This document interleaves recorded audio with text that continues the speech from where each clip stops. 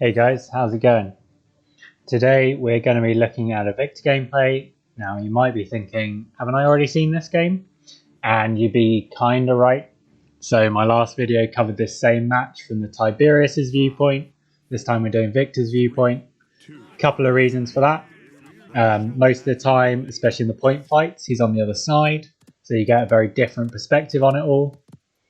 And also this way you get to see firsthand one of the ballsiest ninja attempts I have ever seen. So we're getting into the fight now. You can see there's two from our team and only one from theirs. So this Drogoz is being forced to fall back. At this point you've got control of the right hand side, which is what you're aiming for. So you don't need to keep chasing this guy. I know you need to be aware he's going to come back at some point. But because they've split now, what you'll see in a couple of seconds is that the Lex gets a kill on Torvald. Wait for it. Wait for it. There it is.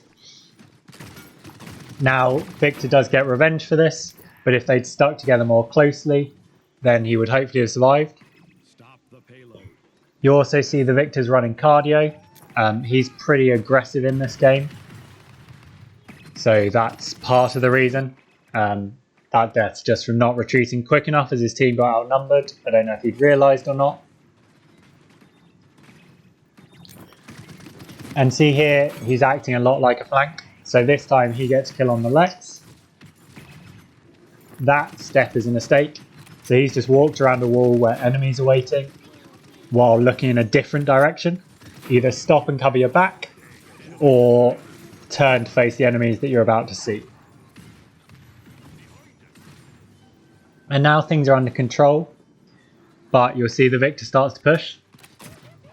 And this time the fight with the Lex is up close. So this one-on-one duel happens 5 or 6 times during this vid. And if you pay attention, you'll see every time it's at close range, the Lex wins the fight. Every time it's at slightly longer range, the Viktor tends to win the fight. Good ult from the Torvald there. Bye-bye, Inara. And you see once again he's pushing up, and he's pushing on this left-hand side. So at the start of the game, he went to the right-hand side because that's where there's more range and more distance. The enemy team is shorter range than us. So the Drogoz is projectile, so you can dodge. And the Lex obviously wants to be up close and personal. So if you sit further back, you force them to engage on your terms, particularly in this big open space. Whereas every time you head into a building, suddenly the enemy's right on top of you before you can start shooting them. That's just a healer, so he does win that fight. But then again, Lex is up close, and alright, he's already injured, but even so, he's fighting in that building. Fortunately, they aren't able to cap on that one. So once again, and we do this every time, Torvald and Viktor push right side, but this time you see he does actually, as the Drogoz falls back, he focuses on the point, which is what he should be doing. Now he is shooting at the tank rather than the healers for a lot of this. That's the thing to be aware of, right? So the Drogoz comes back, but he responds quickly enough and gets the kill. And then he's rushing in to compete, but the Inara walls him off. And now the enemy team is heavy on point. Now you've got to trust your tanks at this point. So Barrack's on point, he's got his ultimate up. The Viktor doesn't need to be here. And as a result, Lex's ult just eliminates him. And I don't believe he's able to get back in time to stop this. Maybe he does. Yeah, okay. So they're able to push them off again. But again, he's on point. Barrack's here. There's no need. And he's exposed. And that is a very quick death. And this time, while he's down, the enemy team manages to cap. The other thing that's just worth mentioning while the team's regrouping is he doesn't cook his grenades. So when he's throwing his grenades, he just throws them straight away. If you hold down the button, you keep hold of it for longer. And then it explodes quicker afterwards. That way you're more likely to get the hits. So he sees this right side is open. See, grenade goes straight out.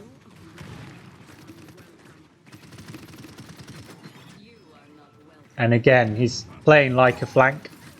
This guy might want to pick up a Lex or a Mave maybe, and ends up in a close range fight with the actual Lex, and Lex wins. And at this point, you're about to see a suicide dive. We've all been there. The enemy team's about to cap. There's nothing I can do. I'll just jump on point. It's understandable. So they do succeed in that push while he's dead, and so it's 3-4. Now, the tactics got better, so we're continuing this. You can see the Drogoz gets pushed back far enough that he can focus on the point. He can focus on the point. Focus on the point. Good lad. Right. And this time the ultimate comes out. And it gets down the Inara. So you can see blue team now pushes onto point. And he just rolls up the back line at this point. So there he gets down the IO. Turns the corner. Double kill to kill off the...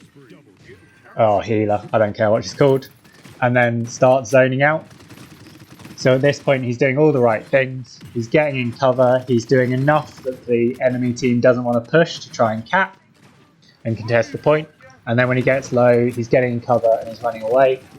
I imagine the enemy team was quite annoyed with that wall. It blocked all of them off from being able to compete. So that was a bit rubbish. That one doesn't count as a Lex fight because he didn't actually fire a shot at him. And he's moving back while he's got health. So this is the right range, to be fair. So as the Inara comes in, get around the other side of the building to get your line. But you don't want to be shooting Inara at this point. So they've got 2 healers up. All the damage you're putting in, they're going to heal back off. And so you need to be trying to get line of sight on the Ying and on the IO. See, the grenades are pushing him back a bit, but he's being quite tentative. Now, to be fair, the enemy team's got a reasonable number of guns concentrated at this point. And now he starts to get damage on the healer. The Barrack gets very aggressive there. This is too close to be using an ult. So he could have used that ult from back at the wall. Better chance of surviving. It does the same amount of damage whatever distance you're at. And here, so they're starting to push the enemy team back. Longer range. Needs to reload. Needs to reload. Reloads, good. Gets the angle from distance. Gets him down. Ying goes down. Now ignores the Inara. Now at that point the Inara is unsupported, so you could get her down. But pushes on point, does get killed, but to be fair, this lets the rest of the team come in and clean up a bit. And you see the payload starts to move. 30 seconds remaining. It's probably too late in the round at this stage, unless you absolutely roll them over. You're going to really struggle. So this is a good distance to be playing at. So he gets the Lex down without too much trouble. Forces back the healer, but then goes into the narrow space. Wants to be pushing straight down that main lane. Both the enemy damages are down at this point. And although he does get it this time, he'd have been better off just standing behind his tank and his healer, straight down the middle. No need to push this aggressively. Same on this, right? So he's still moving forwards, and when he gets close to the Lex gets him. I don't know what the overall score is in those head-to-heads, but I think it's heading in Lex's favour, and it's all about this distance. Now this time there's no Drogoz, so they get this side for free, and he should have gone around the back there. So you can see the healers are sat on the back alleyway. So if you move a little bit more to the right, you can get an angle on him. The ult does get one. That's it, push around this side, and you can see angle on the eye. No, you can do it from back there. Don't need to get this close. It's a gun, not a sword. Does get the air shot, to be fair.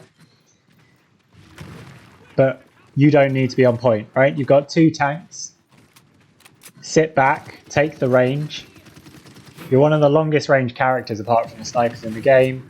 Use that to your advantage to get the fights in your favour. And then here the zoning out begins. So again, this holds them back to the point that they're unable to get to him. And they get that cap that they're looking for. 3-3. So next challenge is pushing through choke. And you can see the Barrack is flanking today. Of course he is. So there's not a huge amount of progress being made. Obviously the payload is moving forwards. But then their teams, as the Viktor retreats, their team is able to move up. So effectively you've given up a bit of space for nothing. And as the enemy team flows forwards, they're in a bit of disarray. They've lost their tank as well, which will be the other reason why they're able to push.